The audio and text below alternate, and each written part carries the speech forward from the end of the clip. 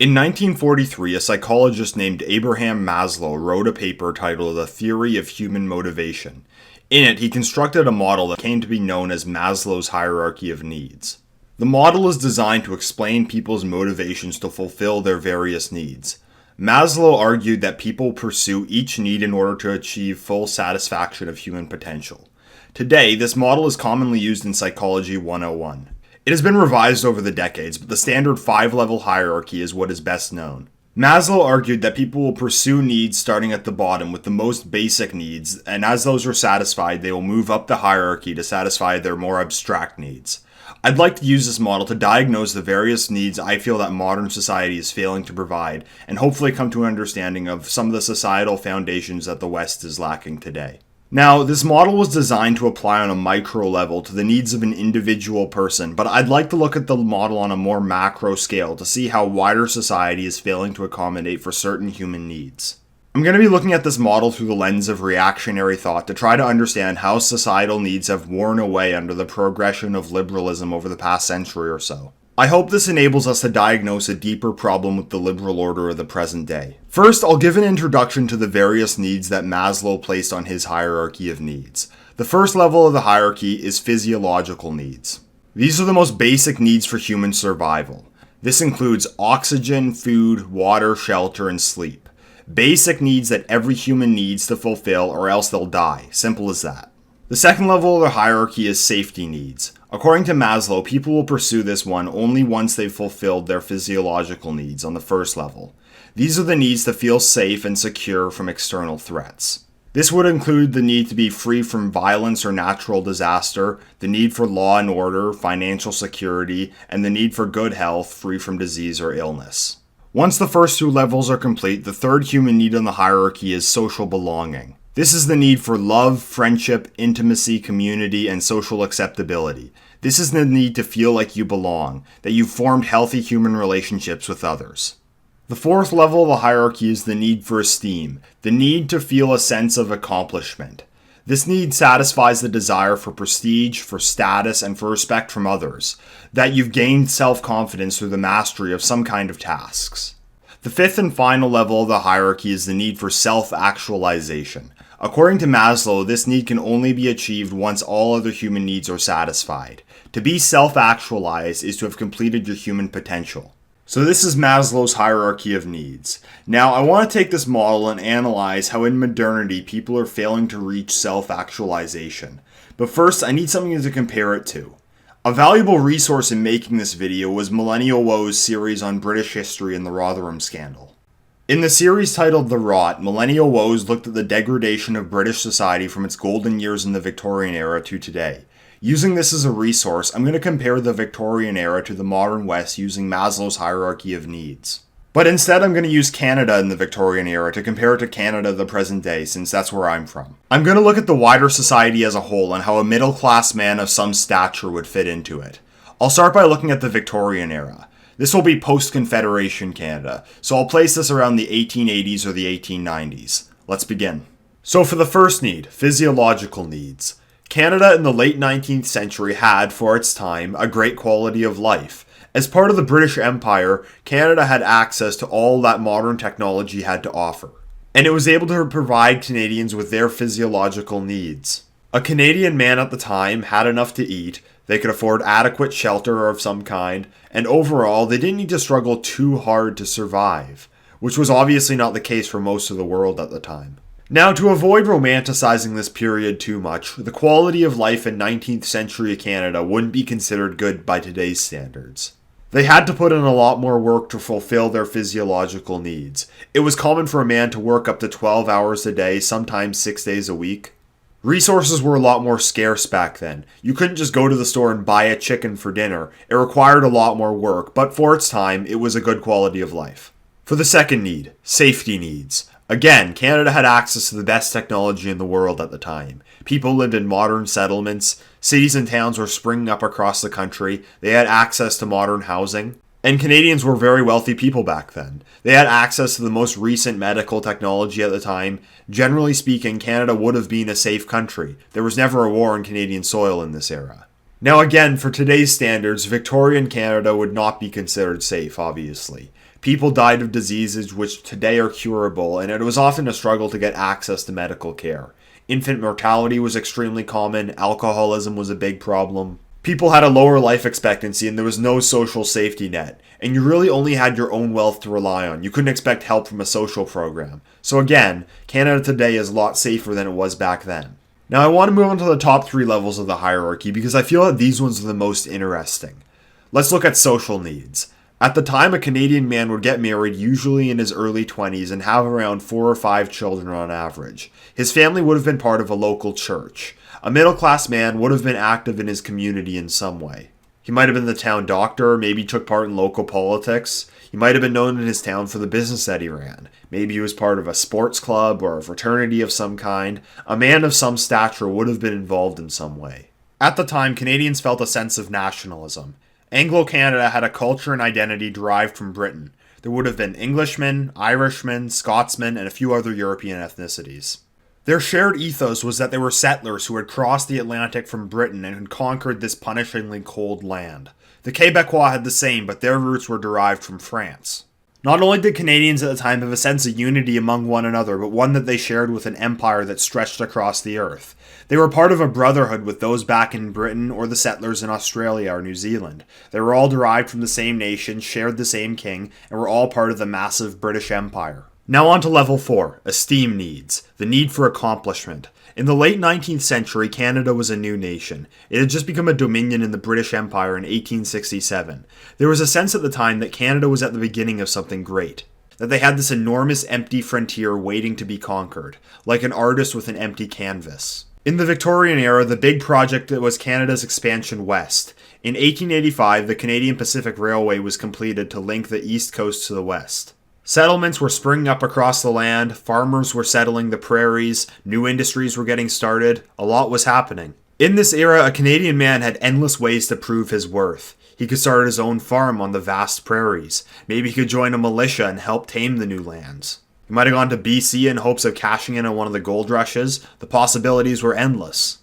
This civilizational expansion that was taking place in Canada was taking place across the globe under the banner of the British Empire, and Canada was part of that. A Canadian man of some stature might have gone off to another part of the empire. He could have studied the flora or fauna of some far-off colony. He might have gone and helped expand the empire abroad. It was a time when there was a wide world out there just waiting to be civilized. Since this was the Victorian era, there was a strict social order at the time. A man would have had a sense of Christian morality. He would have had a clear idea of right and wrong. Men were expected to uphold their own respectability. Now, that's not to say that vice didn't exist. It most certainly did. But there was a high standard that men were expected to strive for, and in the Victorian era, it showed. Lastly, on to level 5 of the hierarchy, self-actualization. In the late 19th century, Canada was a new nation. They had world-class technology at their disposal and a clear idea of who they were as people. They had a vast frontier on which to expand both their new nation and the greatest empire on earth. In 1905, Winfrid Laurier said, "The 20th century belongs to Canada," and a man could be part of that. They were part of a self-actualized civilization. Now, how can we apply Maslow's hierarchy of needs to Canada in the modern day?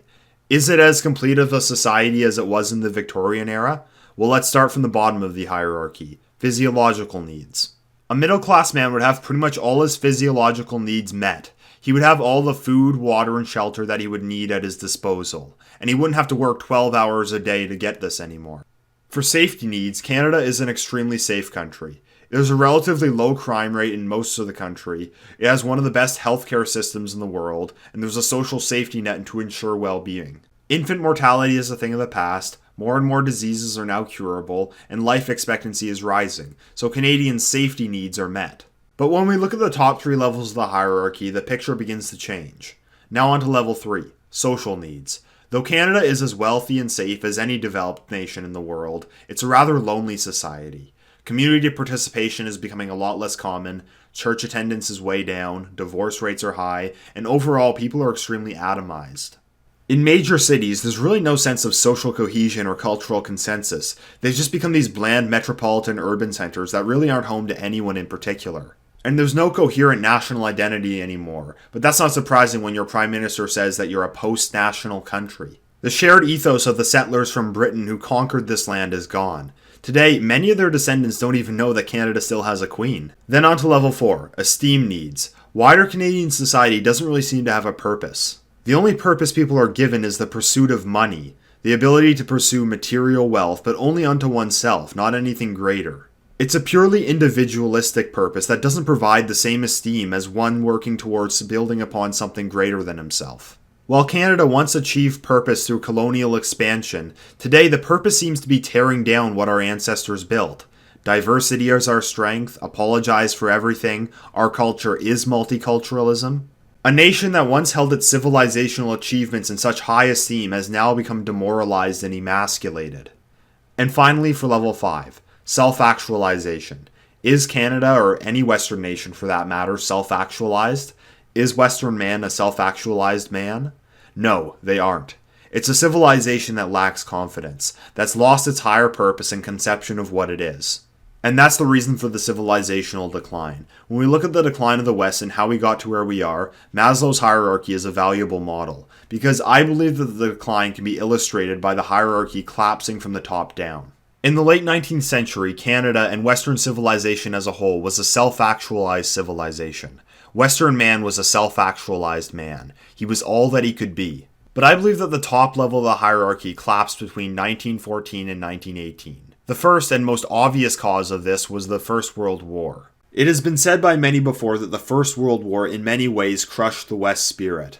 The war was so traumatic that it shook Europe's very belief in its own greatness. It's no wonder why Marxism became such an enticing critique of the way that the West was run in the years that followed.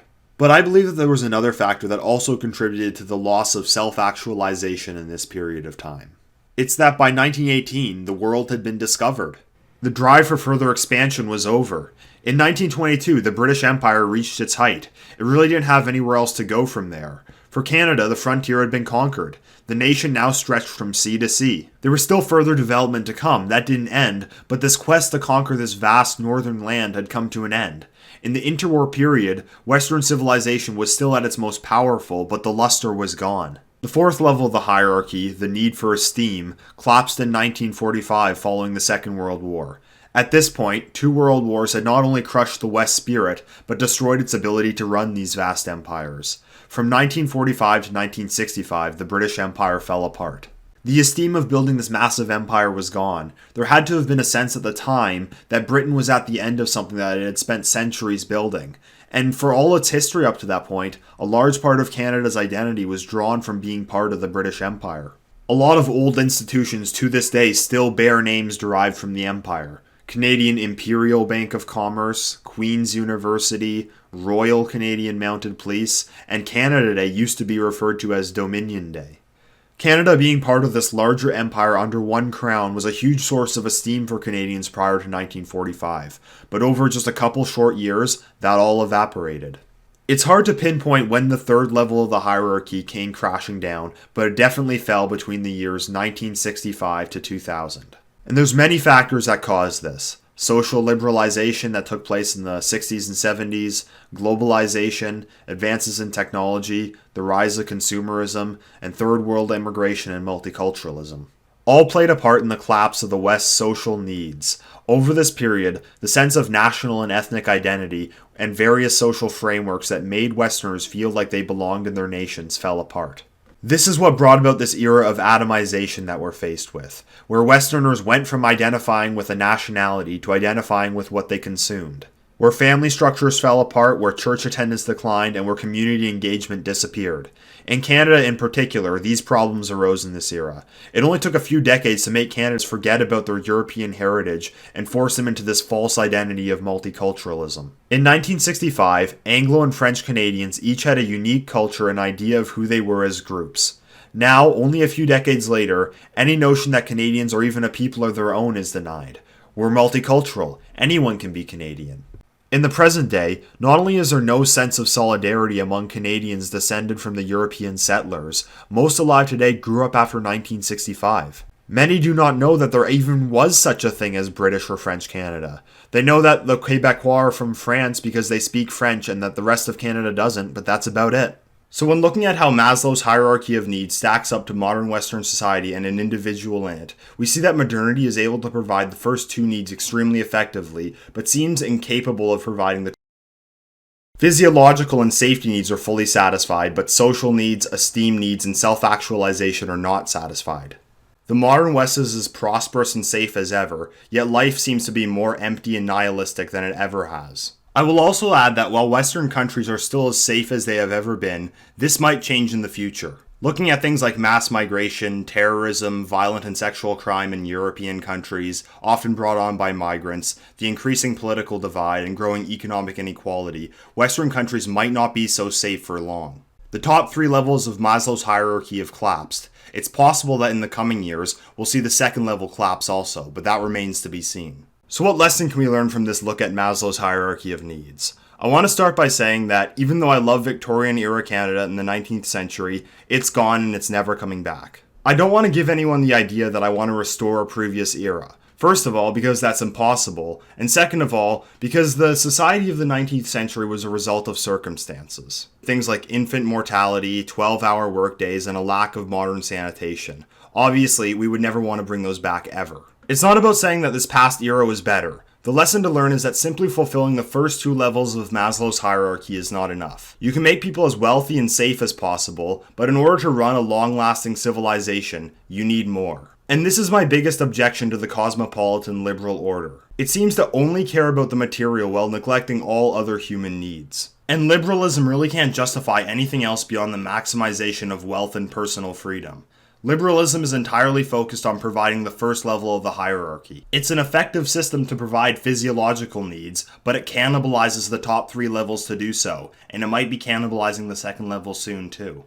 From this, I think people on the right need to remember that we aren't just fighting for the material. We often focus on the dangers that things like demographic shifts, leftism, or Islam will bring to the West, and of course those are a threat. There's no question. But our end goal simply can't be survival. Our highest good cannot be the maintenance of just wealth and prosperity. Those matter, but a great civilization needs more than that. I've said this before, but my frustration with modernity wasn't from seeing some existential threat that would make the entire thing come crashing down. For me, it started because I found modernity depressing. I read all these stories from history and saw that modern society provided us with no means of being as great as our ancestors. I think it was because modernity has prevented Western man from reaching self-actualization. So I think our goal needs to be fulfilling Maslow's hierarchy of needs, not only to maintain wealth and safety, but to rebuild a healthy social framework and to give Western man a purpose and an ideal of excellence to strive for yet again. And this won't look the same as it did in the past. It will be something fit for the modern world. What will fulfill these needs? Only time will tell. But if Abraham Maslow is correct that there is something inside humans that gives them the desire to climb this hierarchy of needs, then I have to believe that we surely can find a way. After all, according to Maslow, it's human nature. So what should our end goal be? To give Western man a chance to be all that he can be once again. Self-actualization. If you enjoyed this video, please like, share, or subscribe, and follow me on Twitter. Quick announcement. I've set up a PayPal account for this channel. If you like my content and want to support my work, you can now do so. All my content will remain free, donations are completely optional. Thank you for listening. Till next time, endeavor.